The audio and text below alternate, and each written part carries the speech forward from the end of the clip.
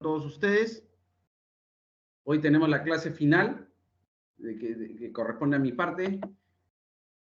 Ya hemos, en clases anteriores, hemos revisado todo lo relativo a, primero fue el procedimiento de saneamiento físico legal, que está regulado en el texto único ordenado de la ley 29151 y en su reglamento. Luego revisamos todo lo relativo a los actos de administración y de disposición. Posteriormente vimos lo relativo a lo que era el régimen especial de playas. Y finalmente, la clase pasada estuvimos iniciando lo relativo a los actos de adquisición. Hoy vamos a concluir. Habíamos dicho que son 4 actos, de los cuales ya hemos desarrollado 2. Así que hoy día concluimos con los otros 2 y luego de eso vamos a tratar todo lo relativo a lo que es la defensa posesoria y defensa extrajudicial de los predios del Estado. ¿Ok? No sé si alguno de ustedes tiene alguna pregunta sobre lo que ha sido las clases pasadas, la última sobre todo.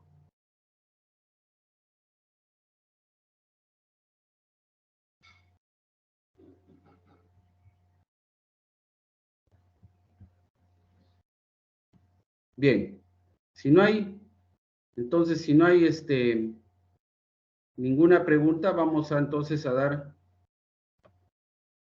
culminar esta clase relativa a los actos de adquisición.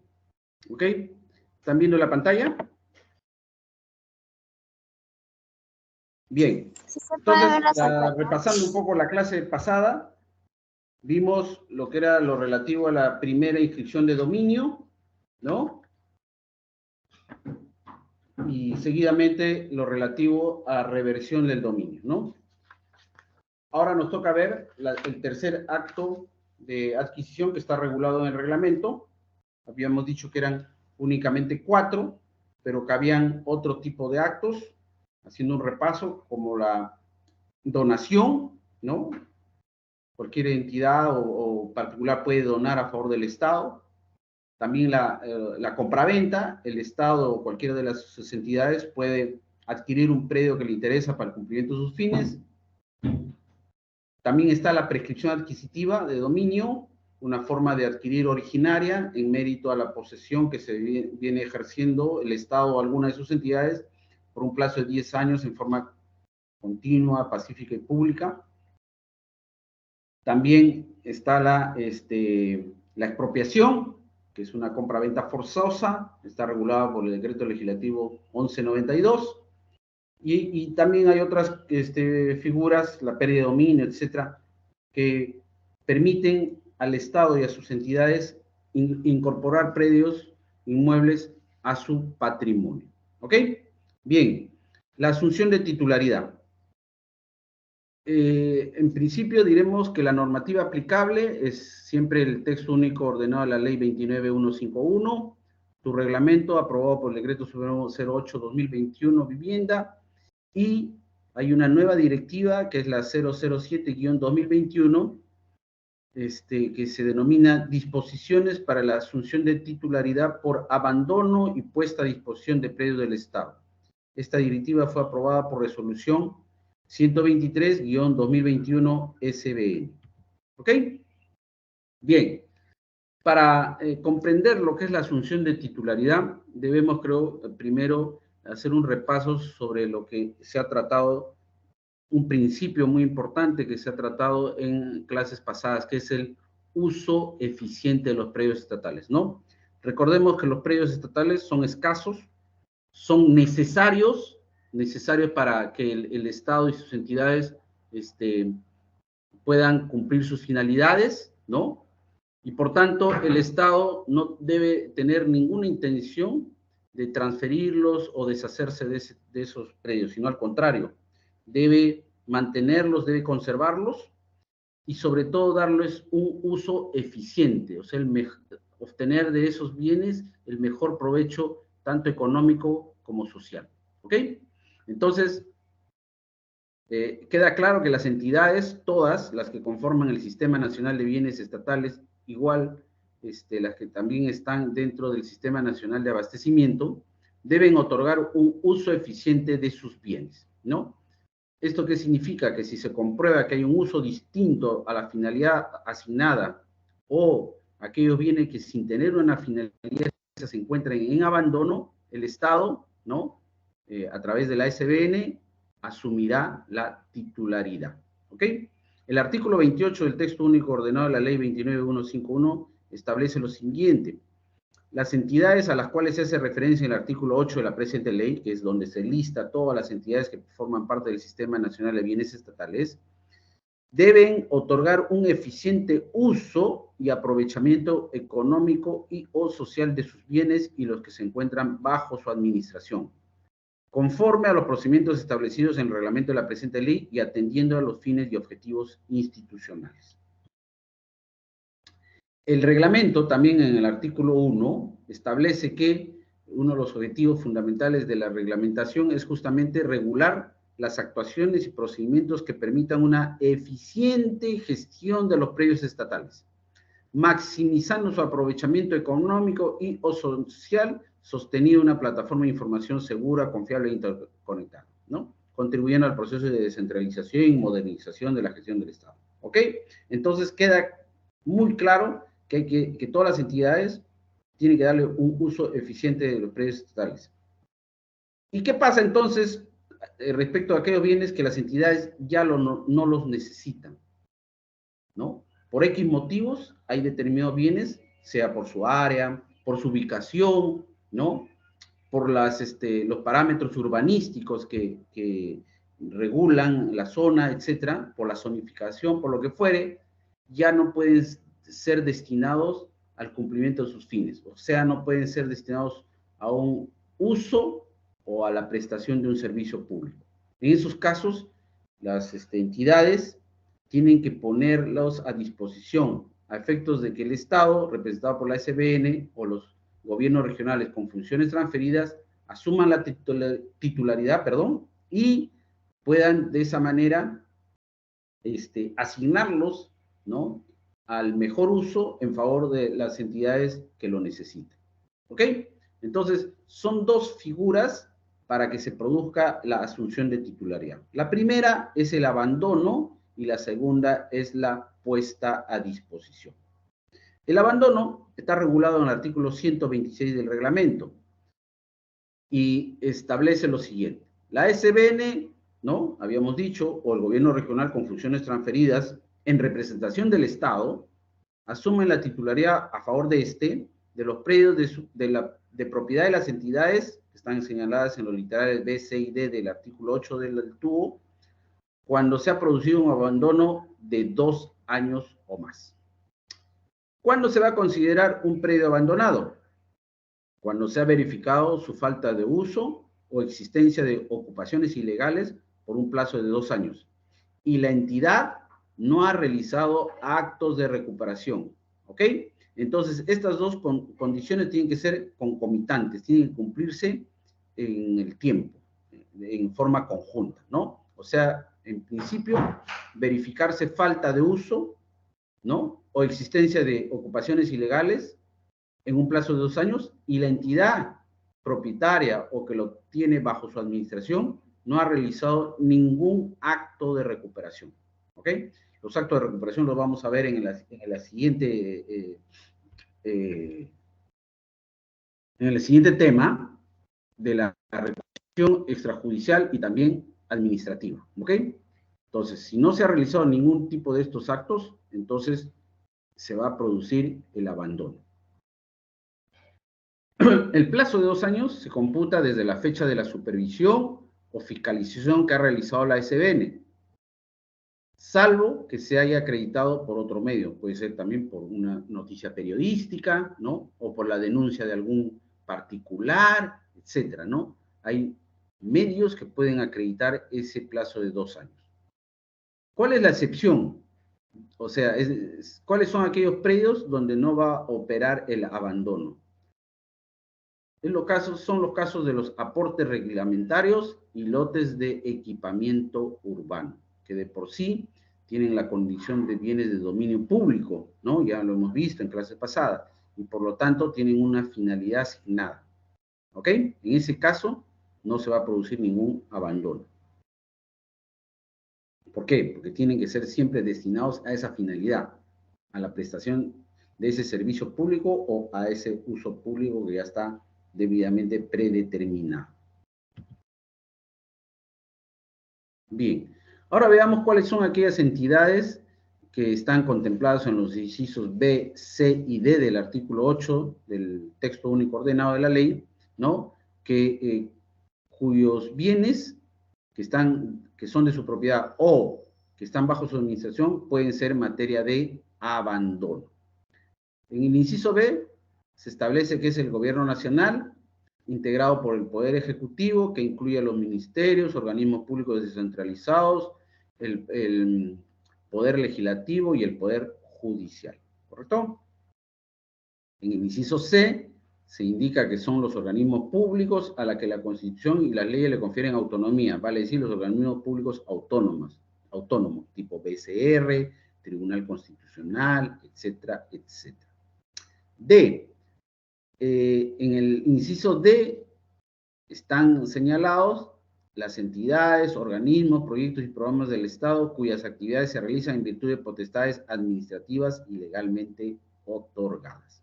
¿Correcto? Entonces, estos son las entidades cuyos predios de su propiedad o bajo su administración pueden ser materia de abandono. Bien. El procedimiento para la asunción de titularidad en caso de abandono está regulado en el artículo 127.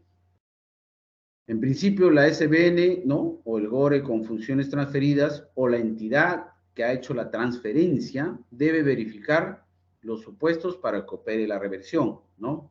Que hemos visto, que son abandono por plazo mayor de 2 años o ocupación ilegal también por similar plazo o que la entidad no ha efectuado ningún tipo de acción para su recuperación, ¿ok?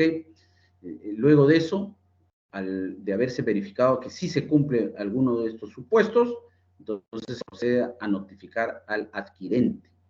Y también, si hay, a los posibles o posteriores adquirentes, ¿no? Puede ser que el primer adquirente ya transfirió a un tercero. A ambos hay que notificarlos. La notificación tiene por finalidad solicitar el descargo, otorgándose un plazo de 15 días. En ese interín se puede solicitar la anotación preventiva del inicio del procedimiento de reversión. Esto para que cualquier tercero tenga conocimiento, ¿no? Ustedes saben que las anotaciones preventivas y en general todas las inscripciones tienen por finalidad la publicidad. La vigencia de esta anotación preventiva es de 6 meses, el cual puede ser prorrogado por igual plazo por una única vez. Luego de el descargo o sin descargo, es decir, el vencimiento del plazo de los 15 días, se debe emitir resolución, ¿no? La resolución, si se ha acreditado la verificación del supuesto legal y el descargo no ha logrado desvirtuar, entonces se va a declarar el abandono y por consiguiente la asunción de titularidad del Estado, ¿no? ¿Cuándo se podría desvirtuar? Por ejemplo, que sí, no obstante existir una invasión, una ocupación ilegal, la entidad sí realizó actos para recuperación, por ejemplo, inició un proceso judicial, etcétera. Entonces, ahí, con ese descargo, con esa prueba, digamos, se puede desvirtuar la existencia del abandono. La resolución que se emite debe ser debidamente notificada al adquirente y este puede impugnar algún recurso que está previsto en el texto único ordenado de la ley 2744. Bien, ahora veamos la asunción de titularidad por puesta a disposición. ¿Ok? También en este caso es la SBN o el gobierno regional con funciones transferidas en representación del Estado que deben asumir cuando las entidades pongan a disposición en caso de los bienes que ya no les sean de utilidad para el cumplimiento de los fines institucionales. ¿Ok? Entonces las entidades no desean ya usar los bienes y que no están esperando a que caigan en abandono, en un acto de debida diligencia, deberían poner a disposición de la SBN o del GORE respectivo. ¿Correcto? También la puesta a disposición puede ser a pedido de la SBN o del GORE con funciones transferidas, ¿no? Porque ya en vista de o en mérito de alguna inspección o de alguna supervisión se detectó pues que el predio ya no era de necesidad. ¿Qué significa o qué debemos entender por el concepto o el término puesta a disposición? La puesta a disposición implica dos cosas. La renuncia que hacen las entidades a su derecho y propiedad. ¿Ok? Y la transferencia de posesión que deben hacer como consecuencia de lo primero. ¿Ok? Entonces, la puesta a disposición es, en el fondo, una renuncia al derecho de propiedad y es una transferencia de su posesión. Bien. Hay que tener presente que la puesta a disposición no exime a la entidad de la obligación de efectuar la defensa administrativa y o judicial del bien hasta que se efectúe la asunción de titularidad y la sucesión procesal, ¿no? Por ejemplo, si existe de por medio un proceso judicial, el Estado, o sea, que está representado por la SBN o el gobierno regional, con funciones transferidas, no va a poder asumir la sucesión procesal en tanto no tenga el dominio del predio, ¿no? Entonces, en todo ese lapso que va a significar el procedimiento de asunción de titularidad, la entidad que ha puesto a disposición debe seguir efectuando la defensa del Estado. El procedimiento para la asunción de titularidad por puesta a disposición es similar al otro de abandono, por la causal de abandono, ¿no? Pero acá es quien inicia el procedimiento es la propia entidad, ¿no? La entidad es la que presenta la solicitud ante la SBN o el GORE según corresponda, indicando que ya no le resulta de necesidad y por tanto quiere transferir su propiedad, ¿ok? Esta solicitud debe estar adjuntada de un informe técnico legal, el cual debe contener, entre otras cosas, la identificación del predio, eso es evidente, hay que anexar un plano perimétrico, educación o un croquis, ¿no? La indicación de si es de titularidad de la entidad o si solo tiene posesión. En caso de esto último, indicar la forma, cómo se adquirió la posesión, la fecha, etcétera. También se tiene que indicar si existe o no algún proceso judicial y cualquier indicación de las cargas gravames que afectan. En general, tiene que estar considerándose todos los datos relevantes. Ya. Cabe también la puesta a disposición parcial, ¿no? La entidad tiene un predio de 100 metros, ya no necesita 20 metros. Pero los 70 restantes sí los todavía necesita. Entonces, ahí se entiende que debe haber una puesta a disposición parcial, ¿no? En tal caso, se tiene que elaborar un plano perimétrico, ¿no? Para identificar el área que se está poniendo a disposición. Igual como en el caso de abandono, se tiene que emitir una resolución, con el mérito de la cual ya el Estado asume la titularidad, ¿ok? También igual que en el caso del abandono, esta resolución tiene que ser notificada a la entidad a efecto de que pueda impugnarla. Luego de la resolución se tiene que efectuar la entrega de posesión, en tal caso se debe suscribir el acta. Caso que no procede la asunción de titularidad, ¿no? Por puesta a disposición. En el caso de duplicidad registral entre la partida del Estado, que es de la entidad, con la de un particular que es más antigua, ¿no? Como ustedes saben, en caso de duplicidad de partidas, la que va a primar siempre es la más antigua, ¿no? Tampoco procede cuando exista un proceso judicial en el cual se está discutiendo la propiedad del predio, ¿correcto? En el caso que la asunción de titularidad sea promovida por la SBN o el GORE, la entidad tiene un plazo de 30 días para otorgar su conformidad, ¿no? En caso fuera así, y ya es más, se simplifican las cosas. Hay un caso especial de los proyectos especiales, ¿no? En los que se debe asumir la puesta a disposición, en el caso de proyectos hidroenergéticos u otros especiales que no sean de utilidad para el cumplimiento de fines, también se rigen por estas normas que acabamos de mencionar. ¿Ok? Eso es, entonces, lo relativo a la asunción de titularidad.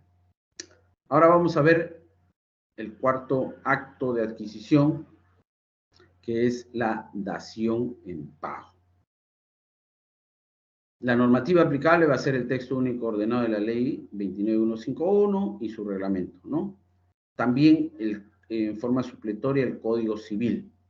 Justamente en el artículo 1265 del Código Civil se encuentra el concepto, que es el pago queda efectuado cuando el acreedor recibe como cancelación total o parcial una prestación diferente a la que debía cumplirse, ¿correcto? Entonces, acá vemos los elementos, hay un deudor, hay una deuda que resulta exigible y hay un acreedor. Entonces, el acreedor requiere el pago y el deudor está en la obligación de cumplir con ese pago. Sin embargo, no tiene la disponibilidad presupuestal correspondiente, en cuyo caso el pago lo va a hacer a través de un inmueble. ¿Ok? Se entiende que esta es una dación en pago en favor del Estado. ¿Ok? Entonces, en este caso, el acreedor es el Estado. El deudor será un particular, ¿no? Que tiene una deuda con el Estado. Una deuda por cualquier concepto, ¿eh? No está reñido o circunscrito a algún tipo de deuda, es en general. ¿Ok? Entonces, en el artículo 131 y siguientes del reglamento se regula este tipo de acto de adquisición, ¿no? En la cual el deudor, ya sea del Estado o de una entidad, puede solicitar como pago, como dación en pago, la entrega de predios, ¿no? De su propiedad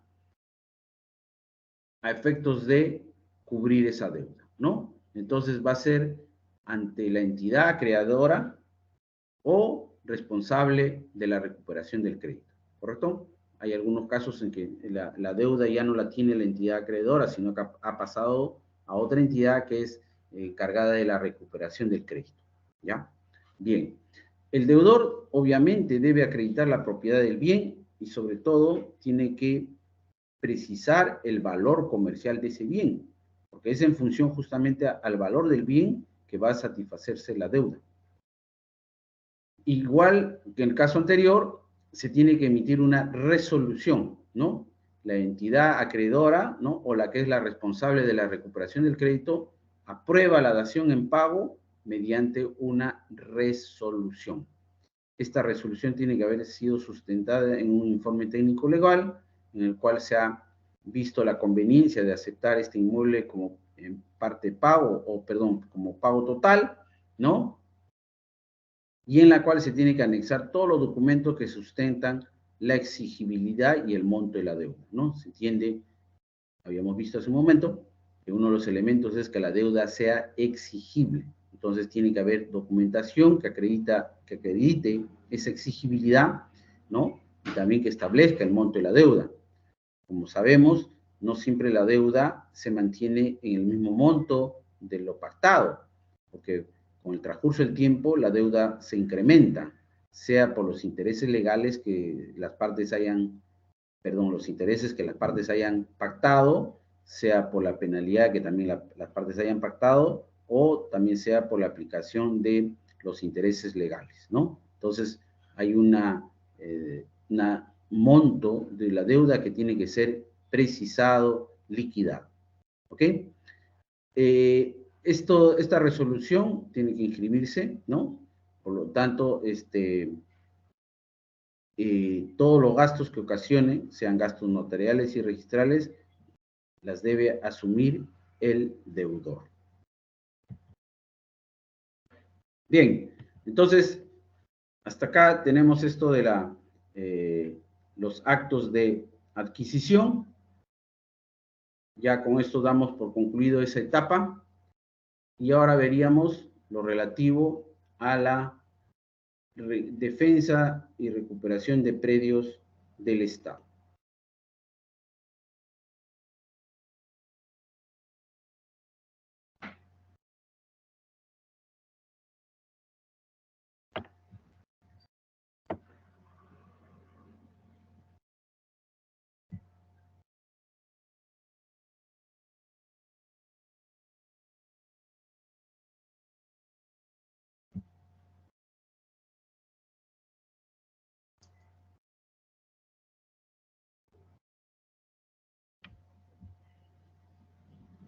Bien, empecemos.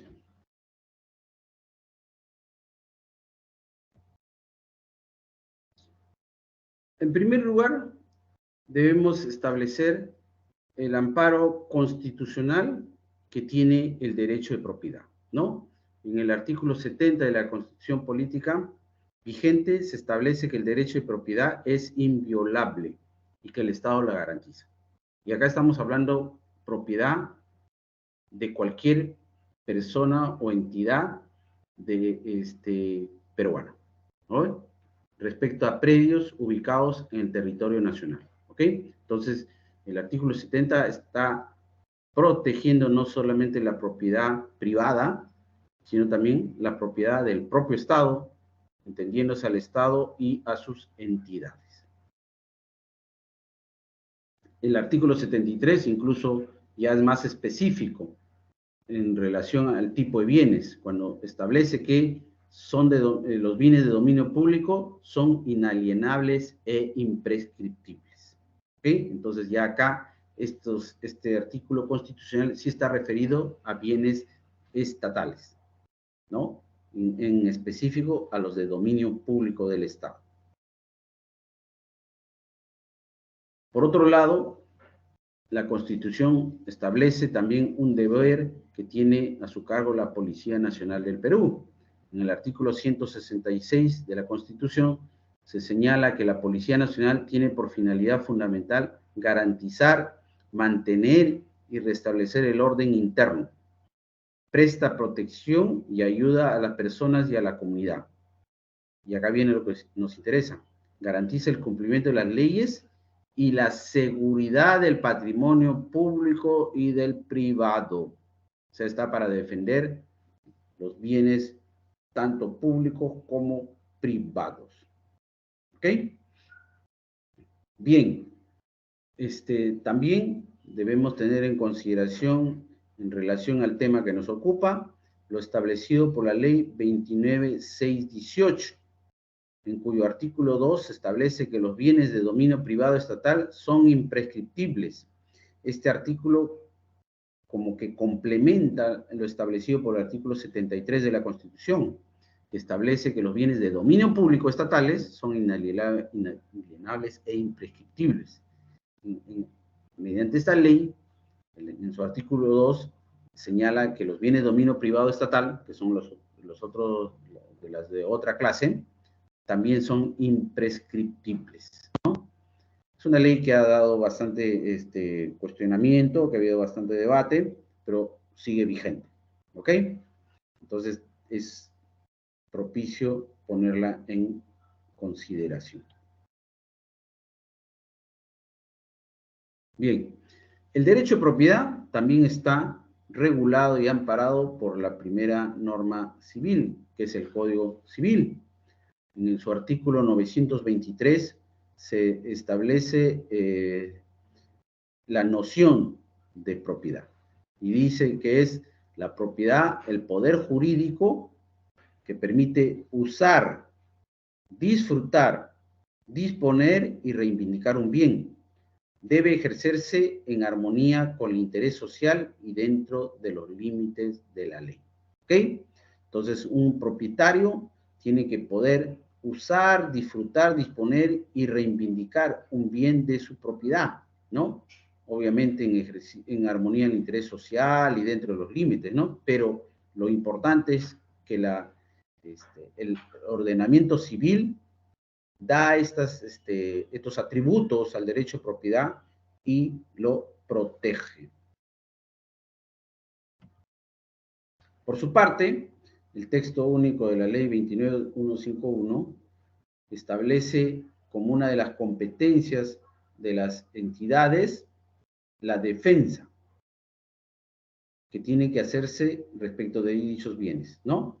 Y señala en ese artículo 31 que las entidades públicas deberán adoptar todas las acciones necesarias para la defensa, tanto administrativa como judicial, de los dos bienes que le competen, los de su propiedad y los que se tengan a su cargo, o sea, vale decir, con los que se encuentran bajo su administración. ¿Ok? Este artículo 31 es muy importante dentro del esquema del Sistema Nacional de Bienes Estatales, ¿no? Entonces, hay acá una obligación impuesta a las entidades, ¿no? Ya no es tanto una facultad, sino es una obligación de custodia y de defensa en los ámbitos administrativo y judicial de sus bienes.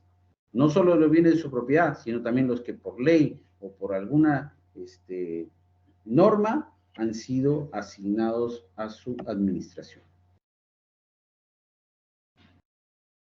En el reglamento, también en su conjunto, como saben, es un nuevo reglamento que se ha emitido en el año 2021, en mérito a las modificaciones que se efectuaron en la Ley 29151, fundamentalmente por las modificaciones que introdujo el Decreto Legislativo 1358, ¿no? En este reglamento se enfatiza el control, la supervisión, la defensa y la recuperación de los predios estatales respecto de las entidades, ¿no? Se establece que las entidades deben implementar diversos mecanismos que aseguren no solamente la titularidad de los bienes estatales, ¿no? Como por ejemplo el caso de la anotación preventiva en primer dominio, entre otras normas, sino también que se ha mejorado notablemente lo relativo a la supervisión de los predios estatales, lo cual va a permitir que se pueda ejercer una adecuada, no solamente como lo hemos visto hace un momento, un adecuado uso eficiente de los bienes, sino sobre todo preservar su custodia, su mantenimiento y su defensa. En el artículo 10 del reglamento, que regula lo relativo a las funciones del ente rector, vale decir, de la SBN, en el numeral 10.2 se regula todo lo relativo a la supervisión que le compete al ente rector. Y en el inciso 2 se establece que una de las funciones de supervisión es verificar que las entidades ejecuten las acciones de custodia, defensa y recuperación que correspondan en los predios estatales.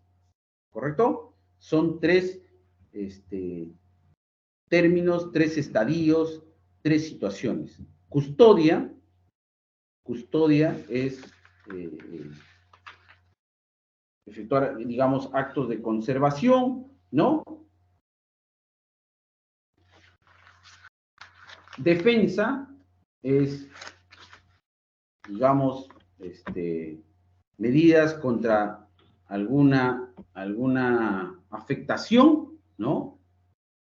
Y recuperación son aquellos actos que buscan recuperar la posesión que se ha perdido. ¿Okay? Entonces son tres aspectos que tienen que ser cumplidos por todas las entidades del sistema. En el artículo 37 del reglamento, también que está relativo a lo que es la supervisión de la SBN, señala que la supervisión es una atribución exclusiva del ente rector, vale decir, de la SBN, que tiene por objeto que todas las entidades que conforman el sistema, sin excepción alguna, cumplan con las acciones de custodia, defensa y recuperación de los predios, ¿ok? De su propiedad y los que se encuentren bajo su administración. Importante eso, ¿no? No solamente los predios de su entidad, sino que también los que están bajo su administración, ¿ok? Bien.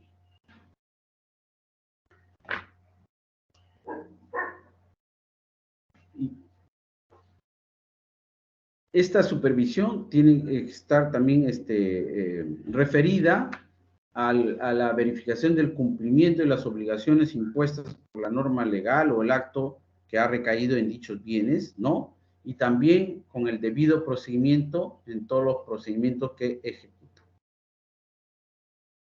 Bien, igualmente en el numeral 10.9 de este artículo 10 que regula las funciones del ente rector, está lo relativo a la recuperación de los predios de propiedad estatal, ¿no?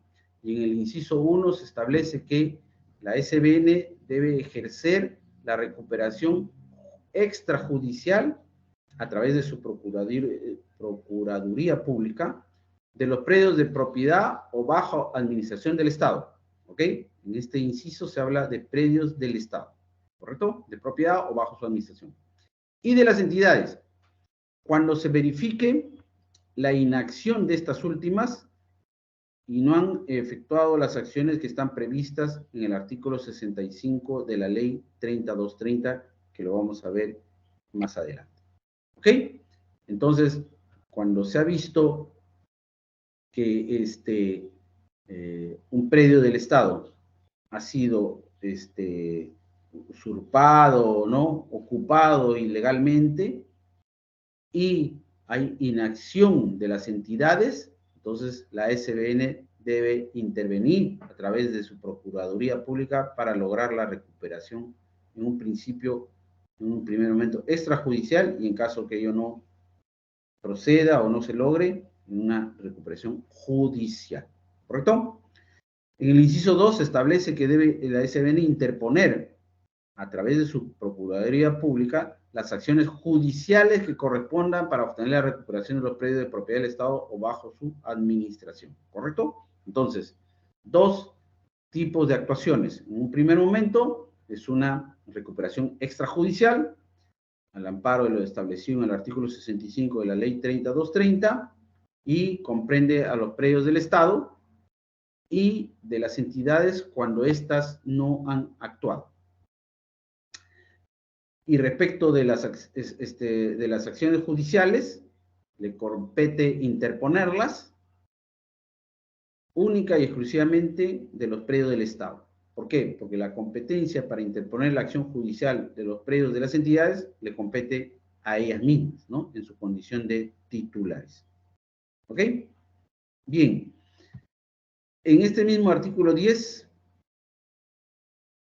perdón, es el 11, me parece.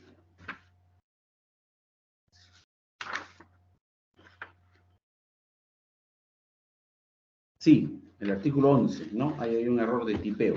En el artículo 11 se regulan las funciones, atribuciones y obligaciones de las entidades, ¿no? Acabamos de ver todo lo que es relativo al ente rector, a la SBN. Ahora vamos a ver lo relativo a las obligaciones de las entidades. El inciso 3 establece que éstas deben realizar inspecciones de sus predios y de los que se encuentran bajo su administración. ¿Con qué finalidad? Justamente para efectuar esos actos de custodia, para poder verificar en qué estado se encuentran, si han sido o no materia de invasión, etc.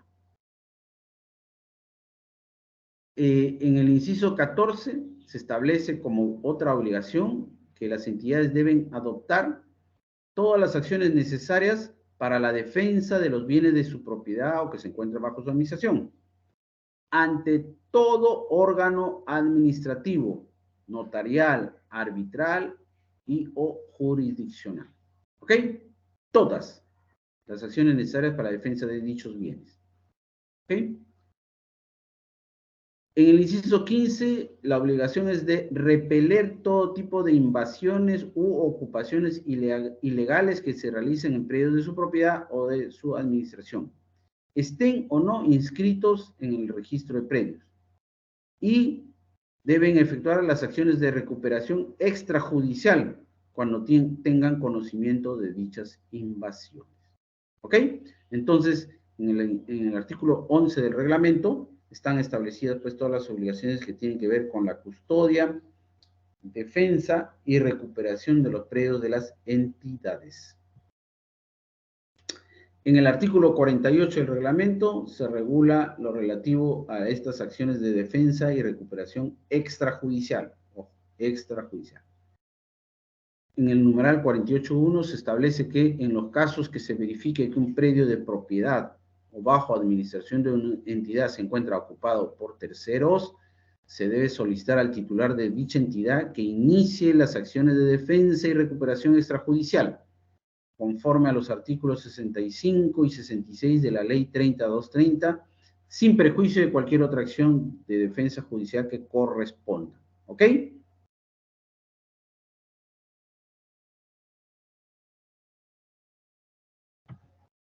Bien. En este cuadro se esquematiza todas las acciones que debe adoptar la SBN como ente rector, ¿no? Entonces, acá se dice, hay tres, digamos, aspectos en los cuales la SBN interviene como ente rector.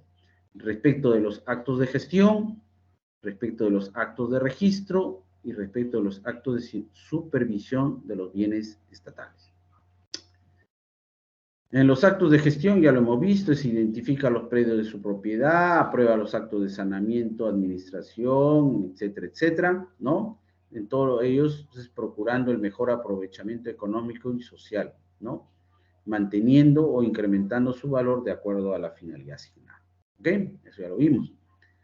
Respecto a los actos de registro, se debe remitir la información actualizada sobre los bienes de su propiedad o los que tengan a su cargo, ¿no? Y todo ello para que se registre en el SINAVIP. En relación a los actos de supervisión, que son los que nos interesan para el tema que estamos ahora desarrollando, se debe, las entidades, ¿no? Ponen a disposición del Estado, que está representado por la SBN, ¿no? Los bienes que no les sean útiles para sus fines y los que los que se encuentran abandonados. Por otro lado, deben solicitar a la SBN su opinión técnica para los casos en que quieran disponer de sus bienes, ¿no? En tercer lugar, deben denunciar ante la SBN y autoridades administrativas correspondientes el uso indebido o la pérdida de sus bienes o los que tienen a su cargo y efectuar medidas de defensa y recuperación, ¿no? Y finalmente, deben las entidades verificar el uso y destino de los predios de su propiedad o administración. ¿Ok? Bien, entonces, vamos ahora a ver ya los ámbitos de la defensa de los bienes del Estado, ¿no? Es una defensa que tiene varios actores y es una defensa que tiene también varios frentes.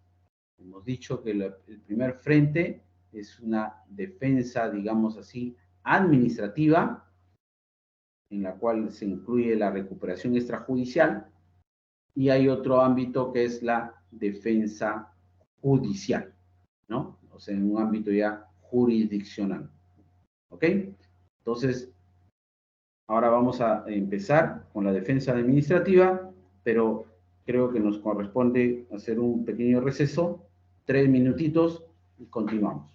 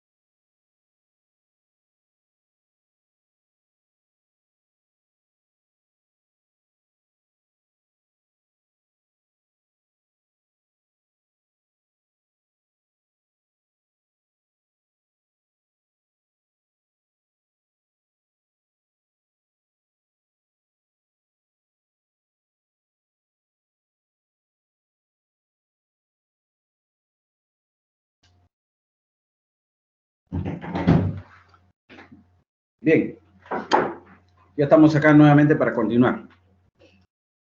Entonces, estábamos indicando que la defensa del Estado respecto a sus bienes es en dos ámbitos. Uno, la defensa administrativa y otra, la defensa judicial. ¿Sí? Vamos a ver el primer tipo de defensa, que es la administrativa. Y esta se lleva a cabo de diversas maneras y a través de diversos procedimientos. El primero es a través del procedimiento notarial de prescripción adquisitiva, ¿no?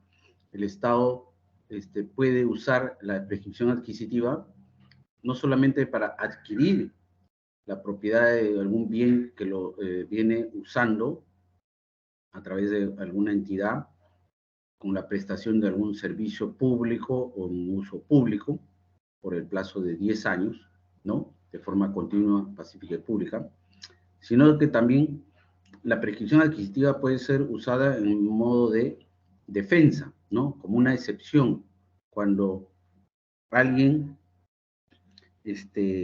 alega un derecho, ¿no? De propiedad sobre ese predio, ¿no? Entonces, el Estado o sus entidades pueden recurrir a este procedimiento notarial, ¿no? Estamos en un ámbito administrativo, y lograr la titularidad del predio que viene ejerciendo posesión. ¿Ok? Eso será materia de otro curso, ¿no? Hoy día simplemente lo dejamos anotado. Otro medio de defensa administrativa es el procedimiento de cierre de partidas por duplicidad registral, ¿no? Hemos dicho varias veces a lo largo de estas clases que la duplicidad registral es una anomalía registral, ¿no? Es un error del registro, ¿no? Se entiende que un registro no debería, que tiene la base del folio real, no puede existir duplicidades, porque cada predio debidamente identificado debe tener una única partida registral, no dos. Y al revés, un predio no puede estar en dos partidas registrales, ¿no? Esto es como el DNI. Cada persona tiene un solo DNI, no puede tener dos, ¿ok? Ni un mismo número de DNI le puede corresponder a dos personas, ¿no? Tiene que haber esa conformidad. En ese caso, las duplicidades registrales es una anomalía del registro, ya lo hemos dicho, porque en un principio las inscripciones no se efectuaban con plano, y luego de un tiempo, cuando ya se dispuso que sean mediante un plano, dichos planos no tenían las especificaciones técnicas que hoy existen, ¿no? No tenían georreferenciación, no estaban ligadas a coordenadas, etc. Entonces, eran planos, digamos, meramente referenciales. Pero aún así, fueron ingresados a la base gráfica del registro, en una ubicación que no le corresponde, con unas medidas que tampoco le corresponden, etc. Entonces, eso fue generando que la base gráfica no sea la adecuada, no tenga correlación con la realidad física extrarregistral. De tal forma que, en algunos casos, yo diría muchos, han habido en que dos partidas estaban referidas a un mismo bien, o parte de un mismo bien, ¿no? Y eso daba lugar a la duplicidad. En ese caso, el Estado tiene también la posibilidad de pedir el cierre de las partidas que le son, digamos, que le afectan cuando éstas tienen una menor antigüedad, ¿no? El principio registral es que en caso de duplicidad se va a cerrar la partida menos antigua, ¿no? Y va a permanecer la más antigua. También tiene que tenerse presente que en el procedimiento de cierre de partida puede quedar concluido si alguna de las de los titulares de las partidas comprometidas formula oposición.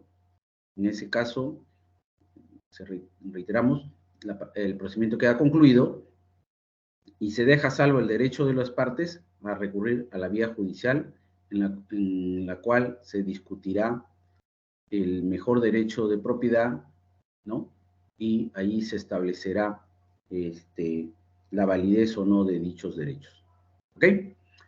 Tampoco este tema es de este ámbito de la clase de hoy, así que también lo dejamos ahí anotado.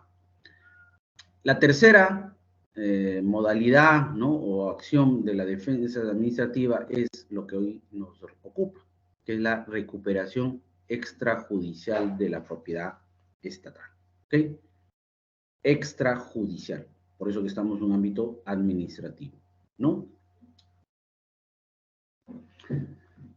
Y acá, en el artículo 19 de la ley, del texto único establece que las entidades públicas deben adoptar las acciones necesarias para la defensa administrativa, judicial de los bienes estatales de su propiedad o de los que tienen a su cargo, ¿no? Eso ya lo hemos visto. Y también está establecido en los artículos 65, 66 y 67 de la ley 30230, ¿correcto? Entonces, las medidas extrajudiciales están referidas a la recuperación extrajudicial y las medidas judiciales son todos aquellos procesos civiles y penales que le competen para lograr ese cometido. ¿Cuáles son los elementos de esta recuperación extrajudicial? Primero que nada, verifiquemos quiénes son los entes, llamémosle así, habilitados, ¿no? O competentes para ejercer la recuperación. Hemos dicho que todas las entidades, ya sea del gobierno nacional, regional o local, ¿ok? Todas las entidades que están listadas en el artículo 8 y que forman parte del Sistema Nacional de Bienes Estatales, ¿ok? ¿A través de qué órgano van a actuar? Siempre va a ser a través de las procuradurías públicas, ¿no? O las que hagan sus veces. Hay entidades que no tienen procuradurías, en ese caso será el órgano de asesoría jurídica, ¿no? El que tenga que actuar, ¿no? ¿En qué casos se va a actuar? Cuando hay ocupación del predio, ocupación indebida y ilegal, ¿ok? Y esto se va a dar ante todo tipo de invasiones u ocupaciones ilegales. Conforme vamos a ver el texto de la norma, se usa ambos términos, invasiones y ocupaciones ilegales, ¿no? Creo que la norma busca llenar todos los vacíos para que no haya posibilidad de que se escape algún caso en especial. La invasión implica un poco de uso de violencia, ¿no? En cambio, la ocupación es algo así sin violencia. Ambas son posesiones indebidas, ilegales, ilícitas, ¿no? Pero en un caso con violencia y en otro caso sin violencia. Respecto de qué bienes se va a ejercer esta recuperación extrajudicial, de dos tipos. Aquellos que son de titularidad, de derecho, de propiedad de las entidades y también las que estén bajo su competencia, bajo su administración, ¿ok? Esto para que no quede indefenso ningún tipo de bien, todos. En relación a la situación registral, ¿a quiénes está referido? Tanto a los inscritos, o sea, a los bienes que están ya inscritos, como también a aquellos que no están inscritos en el registro de predios, ¿ok? No puede ser entonces eximente el hecho que no esté inscrito un predio en el registro correspondiente. En esta modalidad existe una entidad que va a tener una intervención, llamémoslo así, subsidiaria, que es la SBN en su condición de ente rector del sistema. ¿Okay? Bien, entonces la defensa posesoria extrajudicial va a estar, digamos así, amparada en varias normas. La principal es la 30, 230 en sus artículos 65 y 66. Sin embargo, también la defensa posesoria propiamente dicha, porque lo que estamos antes mencionando es la recuperación extrajudicial, pero la defensa posesoria está amparada, digamos así, en dos normas.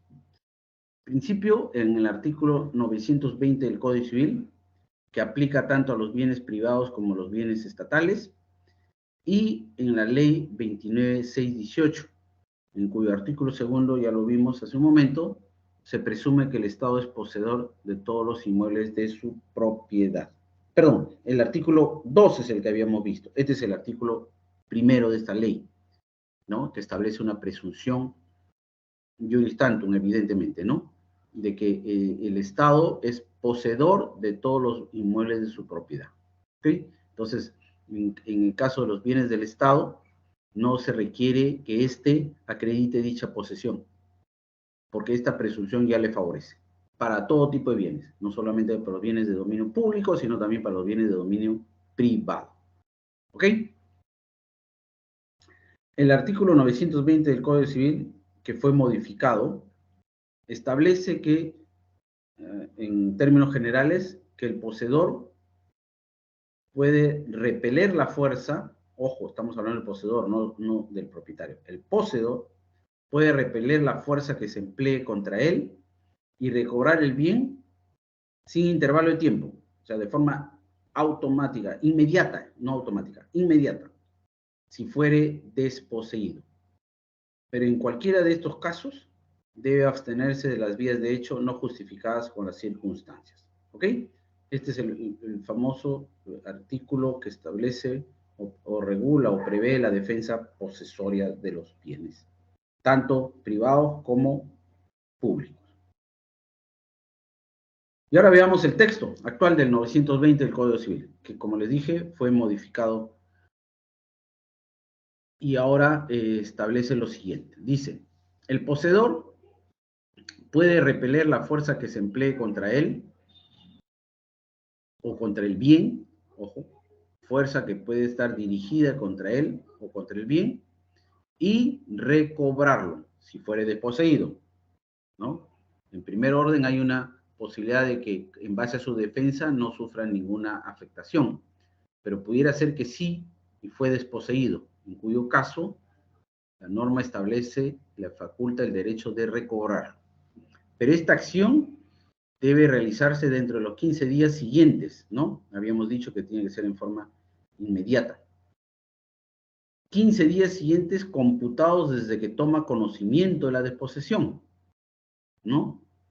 Eso es importantísimo, ¿eh? Tiene que acreditarse esta acción dentro de ese plazo. Y el plazo empieza a correr desde que se toma conocimiento. Con lo cual, la probanza también tiene que estar respecto a la fecha, al día que se tomó conocimiento. ¿Ok? El renglón seguido dice que en cualquier caso debe abstenerse de las vías de hecho no justificadas por las circunstancias. O sea, no debe excederse en el uso, en la defensa de esa posición, haciendo uso de medios no idóneos. ¿Ok? En el segundo párrafo del 920 se establece que el propietario de un inmueble, ya no estamos hablando del poseedor, sino el propietario de un inmueble que no tenga edificación, o sea, un terreno sin construcción, o esta construcción se encuentra en proceso de, o sea, en proceso de construcción, puede también invocar esta defensa posesoria en caso de que su inmueble fuera ocupado por un poseedor precario. ¿Cuál es el poseedor precario? Aquel que no tiene título, o el que tuvo, o sea, el título que tuvo, feneció. ¿Ok? Aquel sin derecho alguno. En ningún caso, señala la norma, procede la defensa posesoria si el poseedor precario ha usufructuado el bien como propietario por lo menos 10 años. ¿Por qué razón? Justamente porque la posesión por 10 años ya lo convierte en propietario, siempre y cuando haya ejercido una posesión continua, pacífica y pública, ¿correcto? Entonces, la defensa posesoria ya no va a poder tener efecto si es que este poseedor ya tiene más de 10 años. Ya adquirió por prescripción. En el tercer párrafo de la norma se indica una obligación de la Policía Nacional del Perú y de las municipalidades respectivas para que presten el apoyo a la entidad que se ha visto afectada en su posesión, ¿no? A efectos de lograr recuperarla, ¿correcto? En el cuarto párrafo, es algo que sí estaba previsto en la norma anterior, era en la versión anterior, establece que en ningún caso procede la defensa posesoria contra el propietario de un inmueble, pues, obviamente. El litigio entre un poseedor versus el propietario, obviamente que el propietario tiene las de ganar. Salvo que haya operado la prescripción que está regulada en el artículo 950, ¿ok? En cuyo caso ya no estamos hablando de un poseedor versus propietario, sino que ya este poseedor ya se convirtió en mérito a su posesión en propietario. No olvidemos que la prescripción adquisitiva opera de pleno derecho, es decir, es un modo originario de, basta el cumplimiento del plazo de los 10 años para que ya opere la transferencia de propiedad en favor de este poseedor. Bien, entonces, en la defensa posesoria está digamos, en discusión o es materia el derecho a la legítima defensa, ¿correcto? El propietario, el poseedor, tiene el derecho de disfrutar, de usar en forma pacífica el bien, ¿no? Entonces, tiene un derecho de legítima defensa para evitar que lo desposeyeran, ¿ok? O sea, contra actos que lo privan o lo perturban del goce pacífico del bien, ¿ok? En tal caso, si alguien intenta arrebatar o perturbar la posesión que viene ejerciendo, ya sea por la fuerza o de un modo ilegal, el poseedor, ojo, el poseedor, tiene todo el derecho de repeler esa fuerza y evitar que el agresor tome posesión del bien, ¿ok? Y también puede recuperar la posesión si ha sido despojado de él, ¿ok? Entonces, derecho de repeler y derecho de recuperación. Obviamente, ya lo hemos dicho también, que esta defensa de la posesión no puede ser realizada de manera arbitraria o desproporcionada, ¿no? El poseedor debe actuar inmediatamente, plazo 15 días hemos visto, sin demoras innecesarias y utilizar medios proporcionales para lograr la recuperación, ¿ok? Por tanto, debe abstenerse de cometer actos de violencia injustificados en función de las circunstancias, ¿ok? Bien, ahora veamos ya de lleno lo que está regulado en el artículo 65 de la ley 3230, ¿ok? Y es lo relativo a la recuperación extrajudicial de predios estatales, ¿ok? ¿Qué señala este artículo 65? Señala lo siguiente, que las entidades del gobierno nacional, gobiernos regionales o gobiernos locales, o sea, todas las entidades, a través de sus procuradurías públicas o las que hagan sus veces, ¿no? Deben repeler todo tipo de invasiones y ocupaciones ilegales, fíjense, invasiones y ocupaciones ilegales, que se realicen en los predios bajo su competencia, administración o de su propiedad, inscritos o no en el registro de predios, y recuperar extrajudicialmente el predio cuando tengan conocimiento de dichas invasiones y ocupaciones, para lo cual requerirán el auxilio de la Policía Nacional del Perú bajo responsabilidad. Importantísimo esto. La policía no puede hacerse a los locos. En el segundo párrafo se indica, si los organismos estatales, o sea, entidades, omiten ejercer la recuperación extrajudicial, en ese caso la SBN, en su condición de ente rector del sistema, va a requerir al titular de la entidad para que inicie bajo responsabilidad la recuperación dentro del término de 5 días hábiles de notificado. ¿Ok? Entonces, tomado conocimiento de que la SBN ha tomado conocimiento de que la entidad ha sufrido invasión y no ha tomado ninguna medida extrajudicial para recuperarla, entonces oficia al titular de la entidad, otorgándole el plazo de 5 días para que efectúe todos los actos para dicha recuperación. En el caso que se haya vencido esos 5 días que le otorga la SBN y se haya mantenido la inacción de la entidad, la Procuraduría Pública de la SBN ya empieza a trabajar. Iniciará o continuará las acciones de recuperación extrajudicial. ¿Ok? El Estado no puede quedar desprotegido. Y frente a la inacción de la entidad que es la competente por ser un predio de su propiedad o que está bajo su administración, en ese caso, frente a esa inacción, la SBN debe actuar, ¿no? En su calidad de interactor, obviamente. En el tercer párrafo se indica que no procede la aplicación de los mecanismos de defensa posesor establecidos en los artículos 9, 20 y 9, 21 del Código Civil, los que hemos visto hace un momento, en favor de los invasores o ocupantes ilegales de los predios bajo competencia, administración o propiedad de las entidades. ¿Correcto?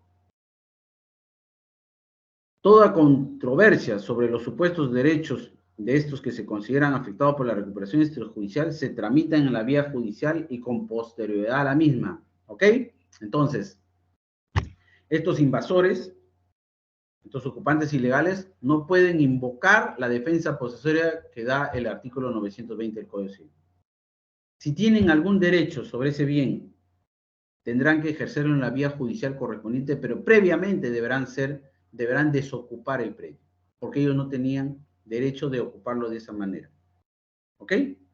Entonces, sí o sí, procede la recuperación extrajudicial y cualquiera que se considere afectado en su derecho tendrá que recurrir a la vía judicial para que luego que haya una discusión en el órgano jurisdiccional se determine quién tiene el mejor derecho. ¿Ok? Y finalmente, en un último párrafo se establece que la recuperación extrajudicial no exonera de responsabilidad civil y o penal a los ocupantes ilegales o invasores ilegales. ¿Correcto? Entonces, son dos cosas diferentes. La recuperación de la aplicación de la responsabilidad tanto civil o penal que le va a corresponder a estos invasores. Se manejan por cuerdas separadas. En el artículo 66 de la ley 3230 se regula lo relativo al auxilio que debe prestar la Policía Nacional del Perú. ¿Ok?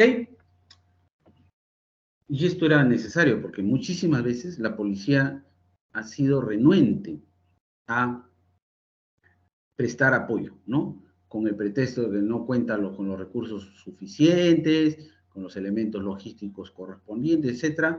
Entonces ha habido muchísimos casos en los que la policía no ha prestado el apoyo suficiente. ¿Ok? ¿Qué establece el artículo 66? Señala lo siguiente. El requerimiento del auxilio de la policía, a que se refiere el artículo anterior, el artículo 65, deberá formularse mediante una solicitud suscrita por el procurador. ¿Ok? Habíamos dicho también en el artículo anterior que todo este procedimiento tiene que ser a cargo de la Procuraduría Pública correspondiente o la que haga sus veces. ¿Ok? En esa solicitud, el procurador debe acreditar la propiedad o la competencia o administración de la entidad sobre el predio, ¿no? Hemos dicho que no necesariamente el predio tiene que ser su propiedad, sino también debe estar bajo su administración, ¿ok? Entonces, tanto la propiedad o la administración debe ser acreditada ante la policía. Además, deberá adjuntarse el plano perimétrico, ¿no? Y de ubicación del predio, ¿se entiende? La partida registral del predio, donde consta, pues, que hay un derecho acreditado en el caso de que el predio esté inscrito, porque también hemos dicho que no solamente aplica a predios inscritos, sino también a predios no inscritos, ¿no? Y eso se va a acreditar con el certificado negativo de búsqueda catastral, ¿no? En el cual se indique que el predio no está inscrito y por lo tanto, en mérito del artículo 36 del texto único ordenado de la ley, el predio es de propiedad del Estado. Y sobre todo, ese certificado negativo, el CBC negativo, va a indicar que en registro no está inscrito ningún tercero a favor.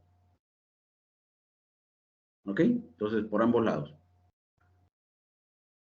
En el caso de que el predio, señala el segundo párrafo, en materia de recuperación, se encuentre inscrito en más de una partida registrada de predios, o sea, en el caso de duplicidad, para que la solicitud sea atendida por la policía, cuando no menos deberá constar inscrito el derecho de propiedad de la entidad, ¿no? En cualquiera de ellas, ¿correcto? Basta que en una de ellas esté inscrito el derecho de propiedad o el derecho de uso, etcétera, de la entidad, es suficiente para que la policía preste el apoyo. Si en la duplicidad registral se involucra a más de una entidad estatal, el requerimiento lo debe formular quien primero haya inscrito su derecho de propiedad sobre el predio.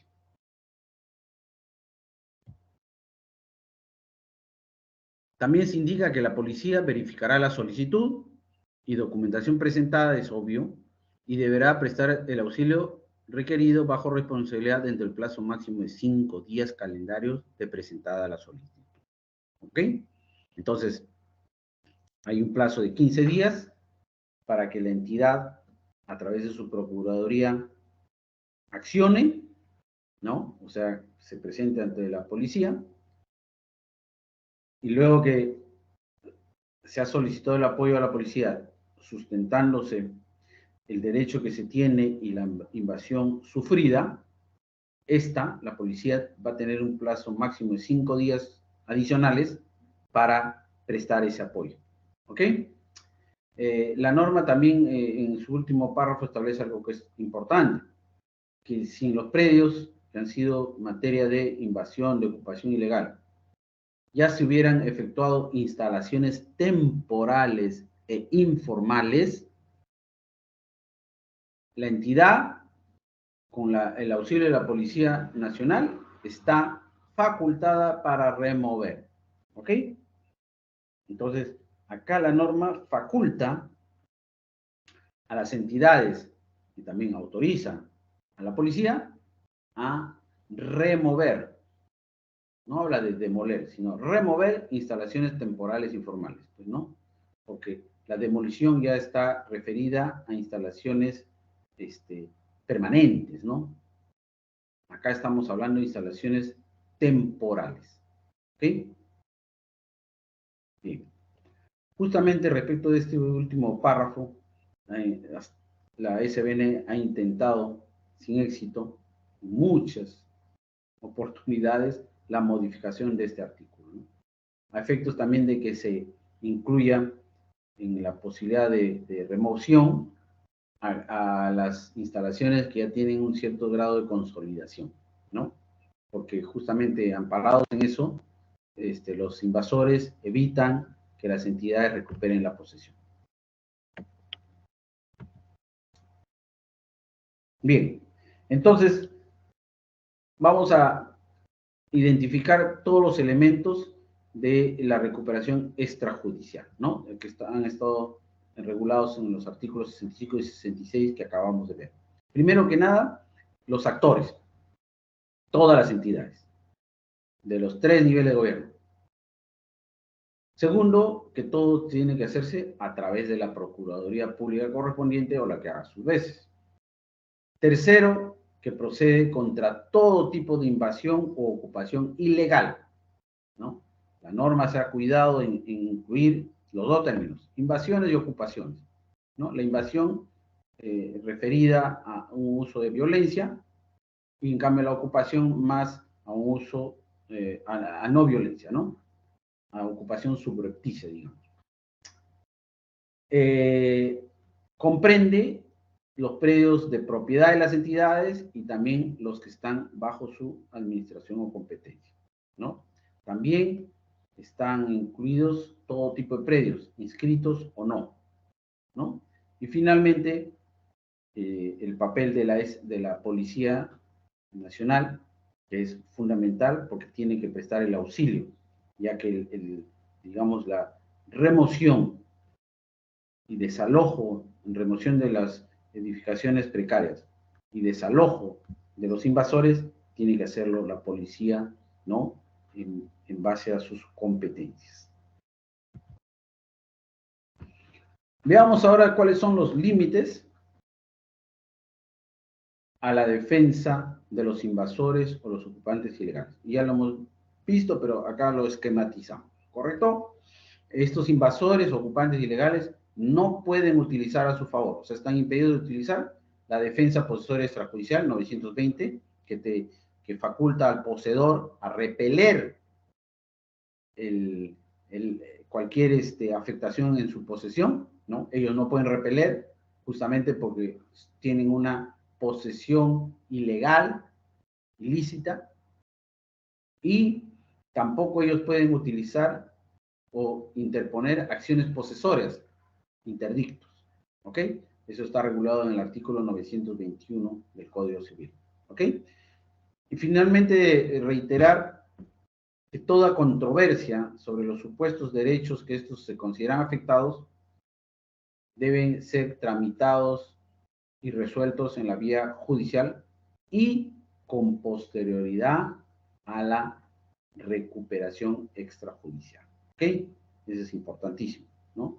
Porque muchas veces estos ocupantes ilegales, coludidos, digamos, con abogados inescrupulosos, pues intentan interponer una serie de argucias judiciales, ¿no? Para impedir el desalojo, ¿no? Entonces, acá la norma es clara, no puede favorecerle la defensa posesoria, dado que ellos justamente son poseedores ilegales, ilegítimos, y que cualquier derecho que invocaran tener tendrán que ser ventilado en la vía judicial correspondiente. Bien, también hemos dicho, pero lo volvemos a reiterar, que esta recuperación extrajudicial es un camino paralelo, una vía paralela a las acciones de responsabilidad civil o penal que pudiera corresponderle a todos estos invasores de los predios, ¿correcto? Porque puede ser que se haya cometido un ilícito penal, entonces el Ministerio Público, la policía, correrá traslado, ¿no?, al Ministerio Público para que se formule la acción penal correspondiente. Acá vamos a ver un poco el procedimiento ya en sí, más detalladito, para que no quede ni lugar a dudas, ¿no? En principio hemos dicho que el procurador público es el que debe requerir el auxilio de la Policía Nacional, ¿correcto? Para lo cual presente el oficio en que se acredite la propiedad o la administración del predio, ¿no? Se debe adjuntar plano perimétrico, la partida registral, ¿no? O si no, el certificado negativo de búsqueda catastral en el caso de los predios no se encuentren inscritos, ¿ok? Obviamente señalar que estos ocupantes carecen de título, ¿no? Luego de eso, la policía efectúa la verificación y en un plazo de 5 días como máximo debe prestar el auxilio correspondiente bajo responsabilidad. Eso es importante. También ya hemos visto que el caso de la duplicidad registral, ¿no? Y acá estamos ya esquematizando o más que nada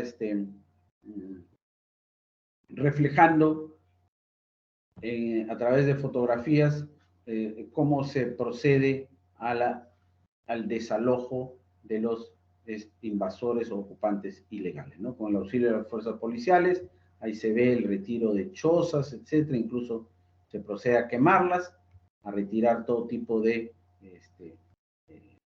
instalaciones precarias, ¿no? Siempre con la intervención de la policía. Las entidades no pueden hacerlo por sí mismas, ¿no? Entonces, en este cuadrito todavía está mejor esquematizado todo el proceso. Hay una entidad pública que actúa en la parte izquierda, entidad pública que actúa a través de su Procuraduría Pública. La finalidad es repeler las invasiones o ocupaciones ilegales, ¿no? En relación a los predios de su propiedad o de su competencia, de su administración, sea predios inscritos o no en el registro de predios, y con el auxilio de la Policía Nacional del Perú. ¿No? En esta lámina también vemos todo el esquema del procedimiento, ¿no?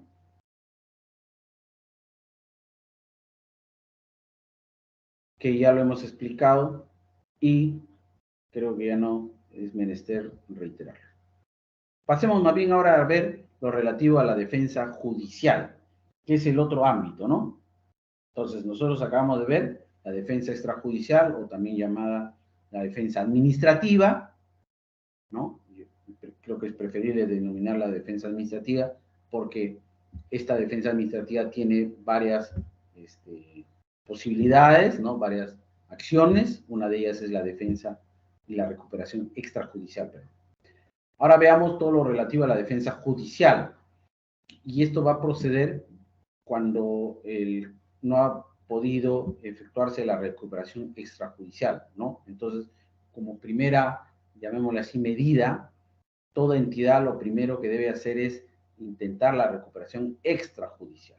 Con todas las armas que le faculten los artículos 65 y 66, las entidades deberían obtener, si actúan en esos plazos, una recuperación extrajudicial, lo cual les evita pasar por largos y complicados procesos judiciales.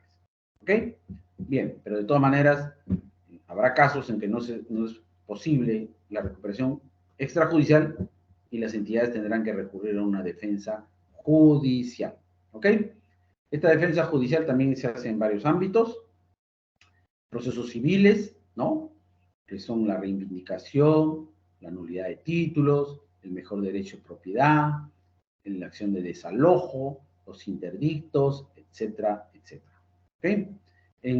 También hay otra vía que es los procesos penales, en los cuales el más conocido es la usurpación, en sus dos modalidades, usurpación simple y usurpación agravada. También hay el delito de estelionato, ¿no? La venta de bien ajeno.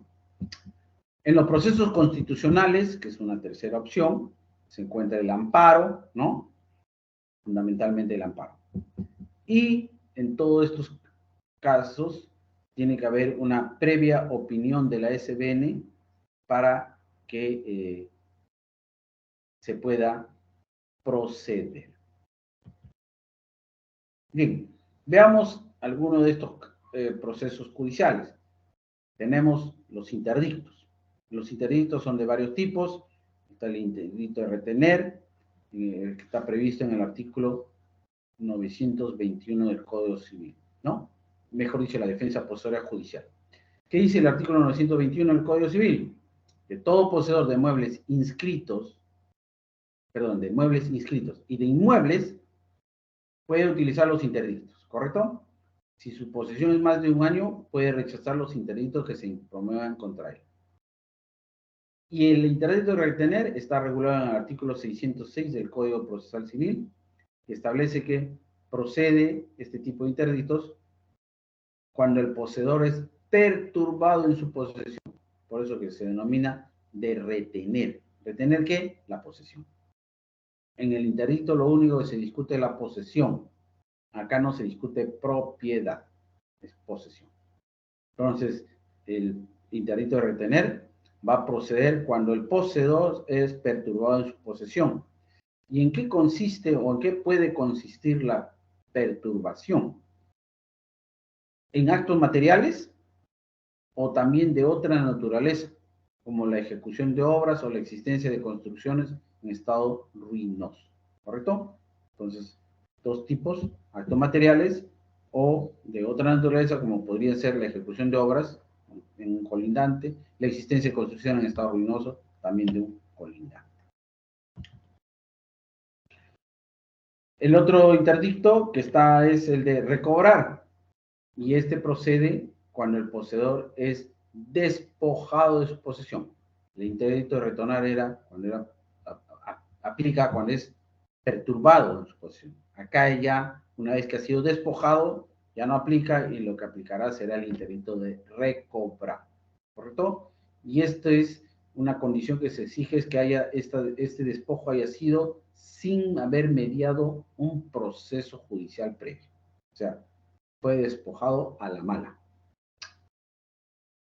Sin embargo, si se prueba que el despojo ocurrió en ejercicio del derecho contenido en el artículo 920 del Código Civil, la demanda será declarada improcedente. Y es lógico, ¿no? Si yo estaba en posesión ilícita o ilegal y el verdadero poseedor, en base al artículo 920 que establece la defensa posesoria, recupera su posesión, obviamente yo estoy impedido de presentar una demanda de interdicto de recobra, ¿correcto? Este interdicto procede a pedido de parte, ¿no?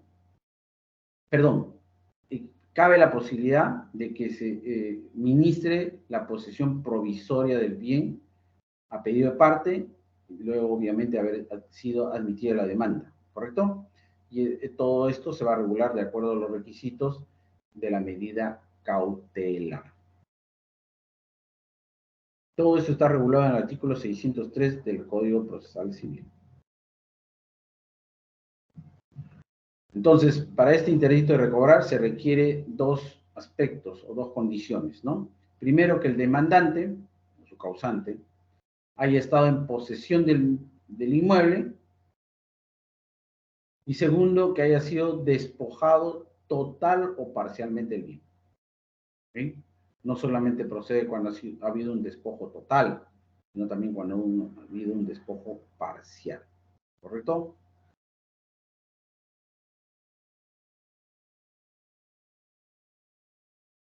De acuerdo a lo dispuesto en el artículo 599 del Código Procesal Civil, cabe este tipo de interdicto sobre bienes estatales, aunque, perdón, siempre que no sean de uso público. ¿Correcto?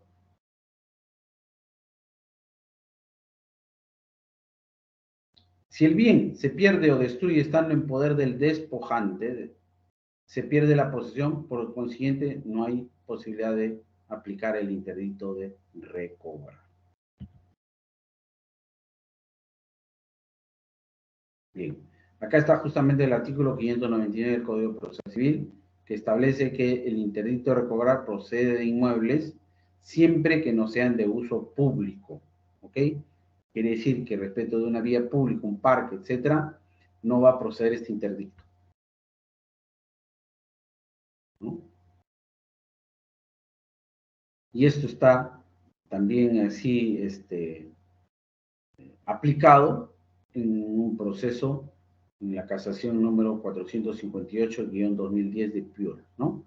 Donde se declaró improcedente la demanda porque versaba de un bien de uso público.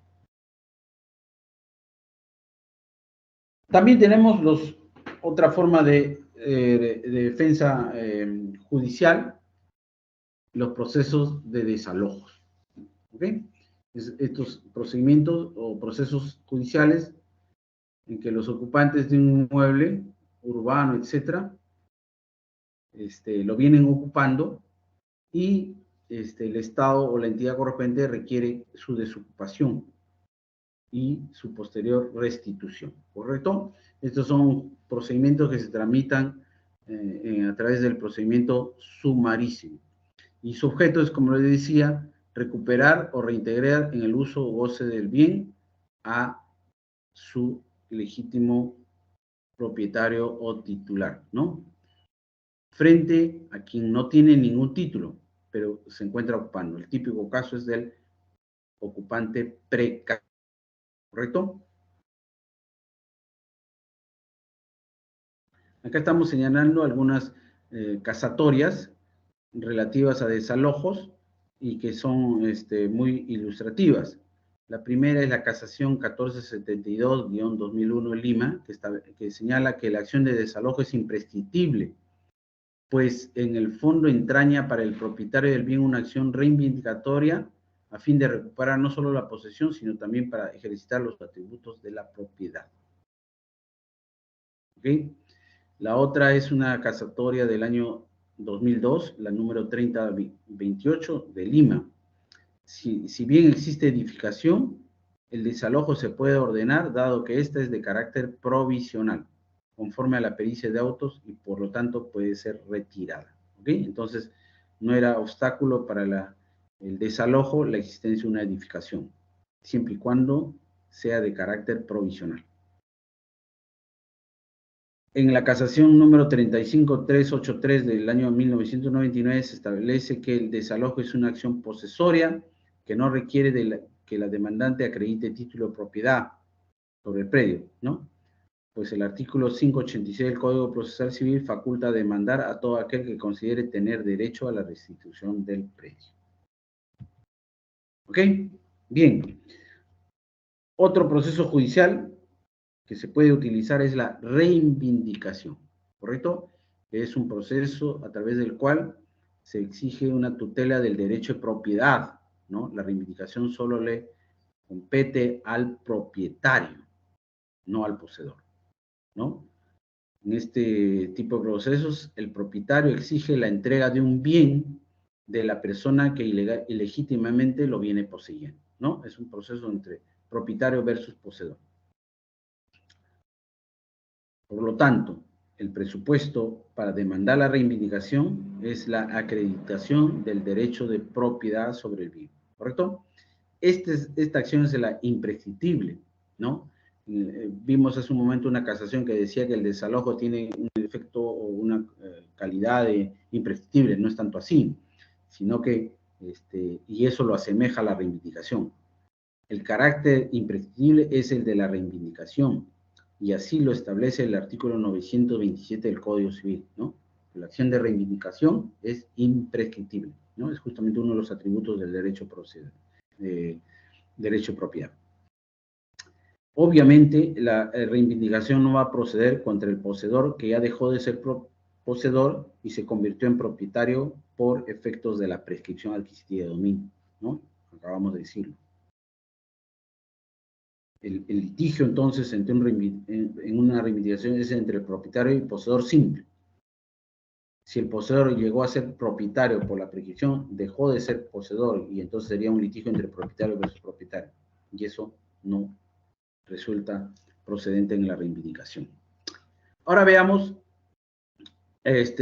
los procesos penales, ¿no? En los cuales se ha cometido un ilícito penal, ¿ok? Y son aquellos procesos por delitos contra el patrimonio, ¿no? En el caso de los bienes muebles, va a ser el hurto, robo, abigeato, ilícita, apropiación ilícita, receptación, eso no viene al caso. En el caso de inmuebles, que es lo que nos interesa, es el delito de usurpación. ¿Ok? Bien. El artículo 202 del Código Penal es el que regula lo relativo a la usurpación. Establece lo siguiente, que va a ser reprimido con pena privativa de libertad no menor de 2 ni mayor de 5, el que, para apropiarse de todo parte de un inmueble, destruye o altera los lindeos, ¿no? En segunda causales, el que con violencia, amenaza, engaño o abuso de confianza despoja a otro, total o parcialmente, de la posesión o tenencia de un inmueble o del ejercicio de un derecho real. Tercera posibilidad es que el que con violencia o amenaza turba la posesión de un inmueble. Cuarta, el que ilegítimamente ingresa a un inmueble mediante actos ocultos, o sea, en forma subrepticia, en ausencia del poseedor, o con precauciones para asegurarse el desconocimiento de quienes tengan derecho a oponerse, ¿no? Se señala que la violencia que hace referencia en los numerales 2 y 3 se ejerce tanto sobre las personas como sobre los bienes, ¿ok? No es necesario acreditar que la violencia es solamente sobre las personas, sino también sobre los bienes. En el artículo 204 del Código Penal se regula la usurpación agravada, ¿no? Que merece mayor pena. Esta será no menor de 5 ni mayor de 12 años e inhabilitación. En los siguientes casos. 1. El 1, el 2 y el 3 no interesa porque son respecto a bienes privados. El cuarto, sobre bienes del Estado o de comunidades campesinas o nativas o bienes destinados a servicios públicos o inmuebles que integran el patrimonio cultural de la nación declarado por la entidad competente o sobre las áreas naturales protegidas por el Estado. ¿Ok? Entonces, Si el bien es del Estado y se comete usurpación, ya entonces estamos hablando de una figura de usurpación agravada. No es lo mismo usurpar un bien privado que un bien estatal. ¿Okay?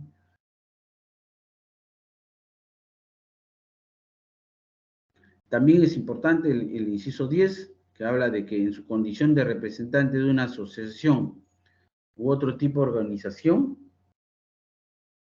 o cualquier persona natural que entregue o acredite indebidamente documentos o valide actos de posesión de terrenos del Estado o de particulares. ¿Ok? Esto es importante porque muchas de esas invasiones se valen de documentos fraudulentos. En ese caso también se cometería un delito de usurpación agravada, ¿no? Y acá está lo importante, en el párrafo final, que será reprimido con la misma pena el que organice, financie, facilite, fomente, dirija, provoque o promueva la realización de usurpaciones de inmuebles de propiedad pública o privada, ¿no? Estos justamente son los instigadores, ¿no? Los traficantes de terreno. Bien, entonces hemos visto todo lo relativo a la defensa de la posesión de los predios del Estado, en dos ámbitos, el ámbito administrativo y judicial. En el ámbito administrativo hay varias opciones, una de ellas es la recuperación extrajudicial, que está regulado en los artículos 65 y 66 de la ley 3230, y también hemos visto todas las medidas de la recuperación judicial, ¿no? Que puede ser en diversos ámbitos, civil, penal,